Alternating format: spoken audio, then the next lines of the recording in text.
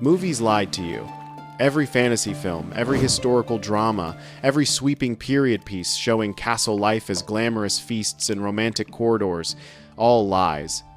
The truth about living in a medieval castle is so disgusting, so uncomfortable, and so utterly miserable that Hollywood couldn't show it without turning audiences' stomachs. Picture this. You're sitting on a long wooden bench with 5 holes cut into it. Your pants are down. So are the pants of the 4 people sitting next to you. You're all doing your business together, in full view of each other, having casual conversations while your waist drops 20 feet down into a pit of sewage that hasn't been emptied in months. The smell rising from that pit would make a modern sewage treatment plant seem like a perfume shop. And this isn't some punishment or emergency situation. This is Tuesday. This is normal. This is how toilets worked in medieval castles. Welcome to reality. Let's talk about what living in a castle was actually like, and why you should be incredibly grateful you were born in an era with indoor plumbing. Let's start with the most immediate assault on your senses, the smell. Imagine the worst porta potty you've ever encountered. Now imagine that porta potty hasn't been serviced in 6 months.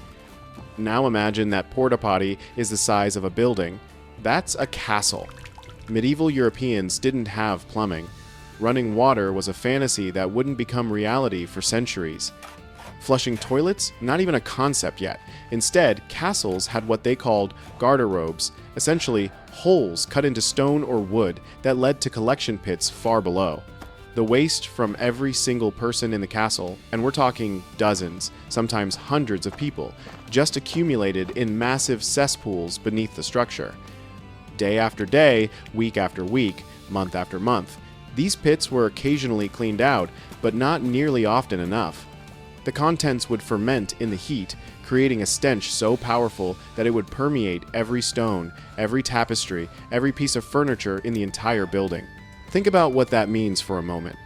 You wake up breathing that smell. You eat your meals breathing that smell. You sleep breathing that smell. Your clothes absorb it. Your hair holds it.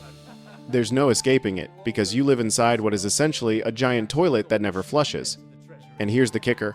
The toilets themselves offered zero privacy, unless you were the lord or lady of the castle. The common garderobe was a communal affair. A long wooden bench with multiple holes cut into it, often 6 or 8 or more, where servants and soldiers and anyone else who needed to go would sit side by side. You'd be discussing the day's work, complaining about the weather, gossiping about the Lord's latest decision, all while sitting there with your bottom hanging over a hole, your waist dropping into the darkness below with everyone else's. No partitions, no doors, no privacy whatsoever. Medieval people simply didn't have the same concept of bathroom privacy that we do. The act was considered natural and unremarkable, so why hide it? And if you dropped something into that pit, a tool, a piece of jewelry, literally anything, it was gone forever. Nobody was climbing down into that cesspool to retrieve it. You'd have better luck diving into an active volcano. At least the lava would kill you quickly. The sewage problem was just the beginning of the castle's assault on your health and hygiene. No running water meant no baths, unless you were wealthy enough to have servants heat and haul gallons of water just for you. For everyone else, bathing was a rare luxury, something that might happen a few times a year if you were lucky. Now imagine dozens or hundreds of people living in close quarters, none of them bathing regularly, all of them sweating through their clothes day after day. The servants working the kitchens would be drenched in sweat from standing near fires all day. The soldiers would reek after training exercises. The stable workers would smell like the animals they tended. Everyone would carry the unique perfume of unwashed human body combined with whatever specific work they did. And remember, deodorant wouldn't be invented for another few centuries. These people had no way to mask or control body odor. They just lived with it, their own and everyone else's. When the wealthy did manage to bathe, it was in a giant wooden tub that looked like an oversized barrel. This tub would be carried from room to room as needed, filled with water that servants had heated over fires and hauled upstairs. The lord would bathe first in clean water, then the lady, then perhaps their children. By the time the servants got to use that water, if they got to use it at all, it would be gray with dirt and scum, basically a human soup that probably left you dirtier than when you started. The water itself was often contaminated. Medieval people didn't understand bacteria or water treatment. Rivers and wells were polluted with waste, both human and animal. Drinking water could literally kill you. That's why everyone, and I mean everyone, drank alcohol instead. Beer and ale were safer than water because the brewing process killed most of the dangerous organisms. Even children drank weak beer because it was the only safe thing to drink. So picture your average day in a castle. You wake up in the pre-dawn darkness, already slightly buzzed from the ale you drank with dinner and before bed. You're wearing clothes you've worn for days or weeks because you don't own many, and washing them is a massive undertaking. You smell bad. Everyone around you smells bad. The entire building smells like a sewer, and you're probably already developing whatever mystery illness is making the rounds because medical care is essentially non-existent. Speaking of illness, let's talk about medieval medicine, or rather, the terrifying lack of it. The lords and ladies could afford physicians, though physician is a generous term for people whose medical knowledge consisted mostly of humoral theory and leeches. But for servants and common folk, you got nothing. When you got sick, and you would get sick constantly in those conditions, your options were limited to home remedies passed down through generations, prayer, or just toughing it out until you either recovered or died. Infections that today would be cured with a simple course of antibiotics could kill you in medieval times. A cut could turn septic. A tooth infection could spread to your brain. Pneumonia, tuberculosis, dysentery, DIM, all common, all frequently fatal, and all thriving in the damp, cold, overcrowded environment of a castle. The cold was particularly brutal. Castles were built as military fortifications first and homes second. Everything was stone, walls, floors, stairs. Stone is terrible for insulation. It holds the cold and releases it slowly, making the entire structure feel like a refrigerator. The lord and lady would have rooms with fireplaces and perhaps some tapestries on the walls to provide a bit of insulation and warmth. But the servants' quarters were usually in the lower levels of the castle, interior rooms with no windows, no fireplaces, just cold stone walls pressing in from all sides. These spaces were breeding grounds for disease. The damp cold would settle into your bones. Your lungs would fill with the musty air. Respiratory infections were constant companions. And in those dark, damp spaces lurked another problem that made life exponentially worse: rats. Rats were everywhere in medieval castles, and I don't mean you'd occasionally see one scurrying across the floor. I mean they infested every level, every room, every corner. They nested in the walls, in the floor rushes, in storage areas, in sleeping quarters.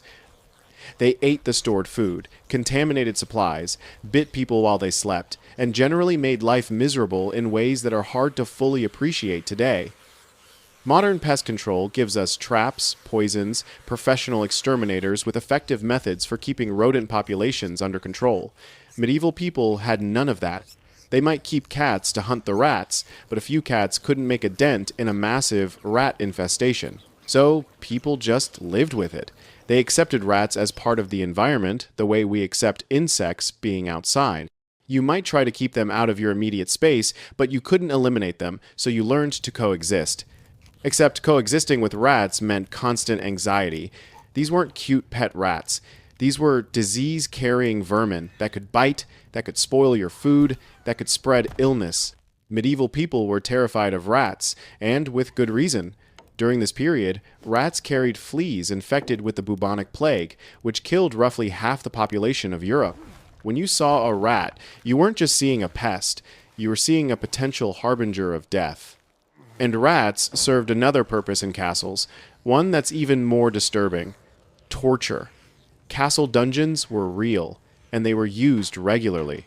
Political enemies, criminals, anyone who offended the lord or lady could find themselves locked in those dark, cold cells beneath the castle, and one popular torture method involved rats. Prisoners would be restrained, and hungry rats would be set on them, eating the prisoner alive from the inside out. The screams from the dungeons were another normal sound in castle life, background noise you learned to ignore. The justification for torture was actually religious. Medieval people believed that extreme pain could cleanse a person of their sins. Torture wasn't just punishment, it was seen as a form of spiritual purification. So when you heard those screams echoing up from below, you were supposed to think that the prisoner was being helped, that their soul was being saved through agony. The sadism was dressed up in religious language, which made it acceptable, even righteous. With all the sewage, illness, rats, torture, and general misery, is it any wonder that castle inhabitants stayed drunk? Alcohol wasn't just safer than water, it was a coping mechanism. The lords and ladies had access to fine wines, imported spirits, quality beers. They could drink themselves into oblivion with the good stuff. Servants had to make do with whatever cheap ale was available, but at least they had that. Starting your day slightly drunk was normal. Continuing to drink throughout the day was expected. Ending your day thoroughly intoxicated was the goal. How else were you supposed to tolerate living in an overcrowded, feces-smelling, rat-infested fortress where disease was rampant and torture was entertainment? Alcohol dulled the senses, made the smell less noticeable, made the cold less biting, made the fear less sharp. It was medication, social lubricant, and survival strategy all rolled into one. But even if you were drunk, you still had to work. The lords and ladies could sleep in if they wanted, could take their time rising from their beds in their warm rooms. Servants had no such luxury. You woke at dawn because sunlight was precious. Castles had few windows, and those windows were small slits designed for defense, not illumination. Even during the day, most of the castle was dark. Torches and candles provided some light, but they were expensive and had to be used sparingly. So servants had to maximize every minute of daylight to get their work done. You'd be up before the sun fully rose, working by the dim light filtering through those narrow windows, racing against the sunset when the castle would plunge back into darkness. The work never stopped. Castles required constant maintenance just to remain functional. Cooking, cleaning, hauling water, tending fires, caring for animals, serving meals, doing laundry in cold water without soap, the list was endless. Let's talk about the floors for a moment, because they represent another layer of castle nastiness that doesn't get enough attention. Castle floors were made of stone, and stone is hard, cold, and uncomfortable. So medieval people covered them with rushes, basically reeds and plants strewn across the floor to provide some cushioning and hopefully absorb spills and mask odors. Sounds reasonable until you understand what actually happened. These rushes would stay down for weeks or months. They'd absorb spilled beer, dropped food, grease, bodily fluids, and the waste from dogs and cats that lived in the castle. All of this would ferment and rot in the rushes, creating a layer of barely concealed filth that you walked on every day. When it was finally time to change the rushes, pulling them up revealed a horror show underneath. Decomposed food, bones, animal feces, dried vomit, and unidentifiable substances that had been marinating together for months. The smell when those rushes were removed must have been absolutely unholy. And the fresh rushes you put down? They'd start accumulating filth immediately, beginning the cycle again. You were constantly walking on a thin layer of plants, covering weeks or months of accumulated garbage. Think about that the next time you complain about needing to vacuum. Here's another cheerful thought. Your workplace could burst into flames at any moment. In the early Middle Ages, castle kitchens were built from wood, despite the fact that all cooking was done over open fires.